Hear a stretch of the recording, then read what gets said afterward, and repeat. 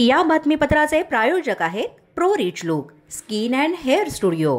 नमस्कार, पोलीस माझा न्यूजच्या बातमीपत्रात आपलं मनापासून स्वागत। पाहूयात काही विशेष घडामोडी।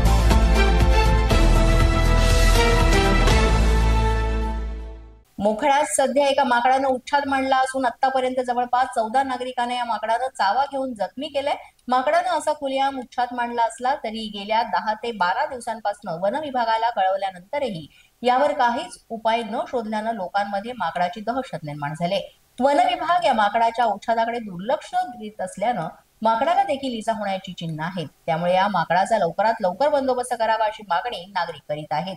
आतापर्यंत जखमी झालेल्या नागरिकांचा उपचार वन विभागानं करावा अशी मागणी होते। वन विभागाच्या वाहन चालकाला सुद्धा या माकडानं चावा घेतल्याचं समोर आलंय। या भागातील अनेक लहान मुलं तरुण यांना सुद्धा यानं चावा घेतलेला आहे। त्यामुळे या भागात या माकडाची दहशत निर्माण झाली आहे।